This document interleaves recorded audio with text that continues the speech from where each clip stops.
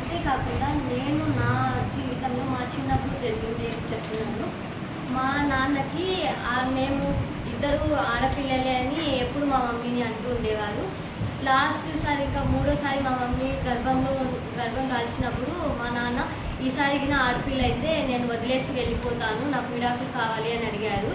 అయినప్పటికీ కూడా మా మమ్మీ భయపడుకోకుండా సరే ఈసారి ఆడపిల్ల అయితే నేను కష్టపడి పోషించుకుంటాను అని చెప్పి మమ్మల్ని ముగ్గురిని కన్నది. కాకపోతే మూడోసారి మా అమ్మకు ఆ దేవుడు కొడుకునిచ్చాడన్నమాట. అంతే నేను చిన్నప్పుడు మేమిద్దరం ఎక్కువ కావచ్చు మా డాడీకి, మేము ఆడపిల్లలే పుట్టిండొచ్చు.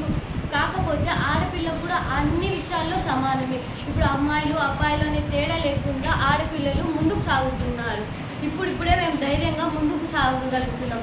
అలాంటి విషయంలో తల్లిదండ్రులు ఎవరో చెప్పారని అలా చిన్న వయసులోనే దయచేసి ఎవరు కూడా పిల్లల